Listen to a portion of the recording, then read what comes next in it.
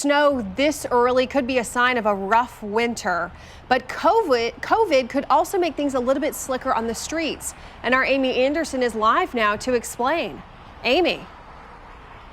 Well, Ellen, we want to get to some good news first. Take a look over here. This is I-35. Remember what rush hour looked like about 12 hours ago. We are smooth sailing on this Monday night. You can see the streets look just great.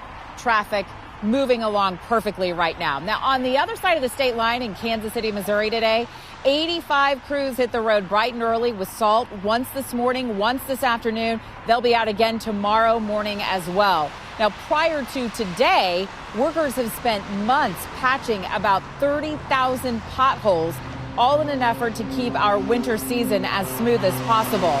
Believe it or not, the pandemic may have an effect on our roads next year. That's because, like so many other cities, budget cuts are reducing the workforce. In this first round, the city was able to just eliminate some vacant or open positions, but more cuts could be coming in March. Now, if more crews are needed in the event of a big winter storm, the city will pull help from other departments. Oftentimes when we have a large snow event, a very big snowstorm, we do pull in help from the Parks Department, Solid Waste, and KC Water. So if it is a really large event, we have upwards of 200 to 250 trucks and crews out on a really big snowstorm. But something like we're just seeing today, just the bridge frost crews, what we call it, it's just a handful of trucks that really hit those trouble bridge spots to get the salt treated.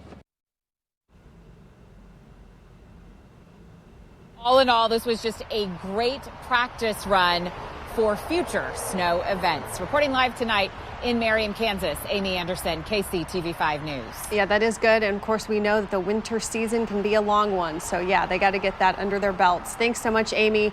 And it has been a busy day for the KCPD. So far, they've responded to 146 wrecks. In a majority of them, someone was hurt. Police say this first snow is a good reminder to slow down and leave more space between your car and the one in front of you. Tonight, officials in Lawrence are scrambling to find shelter for more than 100 homeless people. Many of them have been camped outside since the pandemic started. That wasn't a problem during the summer, but now temperatures are dangerously cold. And during this cold snap, the Lawrence Community Shelter is full. The City Council is ready to issue permits to schools, event centers, and other buildings that can provide shelter on cold nights. Keep an eye on the forecast with your free KCTV5 News app. Open it up for a look at live radar, current temperatures, plus the latest watches and warnings for your neighborhood. At any moment, the Senate will vote on Amy Coney Barrett's nomination to the Supreme Court. She should be confirmed by the slimmest of margins.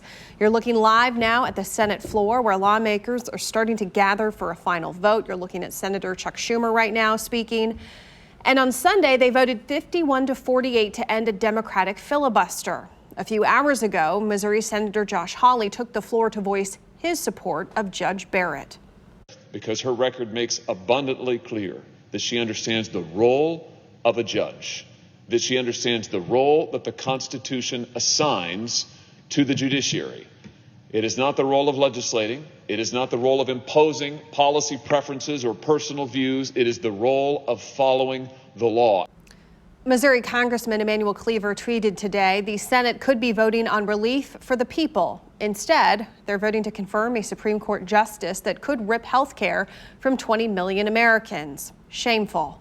Now, final vote is expected in the next hour. Stay tuned to KCTV5 for updates and make sure to sign up for breaking news alerts on the free KCTV5 News app.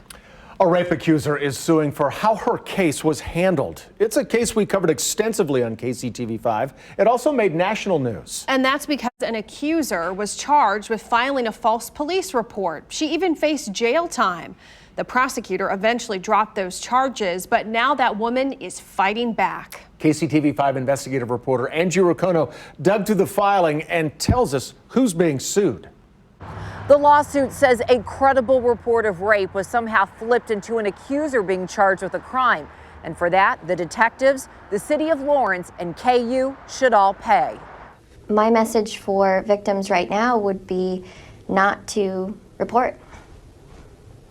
Or if you're going to, take an attorney. This interview took place almost a year ago. It came after the Douglas County prosecutor decided to drop charges.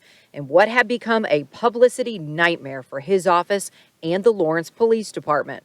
A student had accused another student of rape after a night of heavy drinking. Police and prosecutors didn't believe the accuser and framed what happened as regret is different than rape. Much of the case hinged on how a rape victim should act in the hours and days following an assault. No, that this happened to me. One detective testified, "We discussed it, and none of us believed this was a legitimate claim of rape." The woman's attorney says that conclusion was reached in just 90 minutes. However, the woman's rape kit documented injuries. How was your interaction with police?